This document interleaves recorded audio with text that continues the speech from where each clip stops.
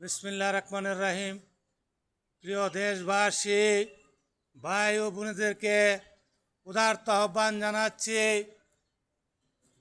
যে যুদ্ধের জন্য, ইরানকে সমর্থন দেওয়ার জন্য, ইহুদিকে শেষ করার জন্য ইরান যেভাবে যুদ্ধ চালায় যাচ্ছে, আমরা বাংলাদেশ থেকে যার যা কিছু আছে তাই নিয়ে প্রস্তুত থাকবো ইনশাল্লাহ।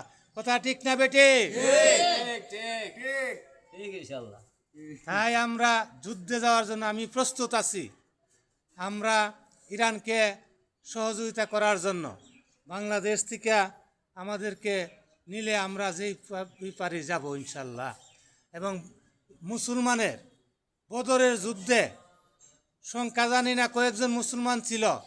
এই যুদ্ধে হুজুর পাক সাল্লাল্লাহু আলাইহি সাল্লাম জয় লাভ করেছে। ইনশাল্লাহ আমাদের ইরান জয় লাভ করবে।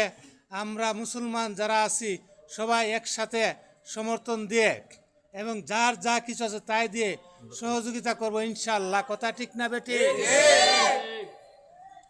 আল্লাহ হাফেজ। সবাই ভালো থাকবেন এবং ইরানের জন্য দোয়া করবেন।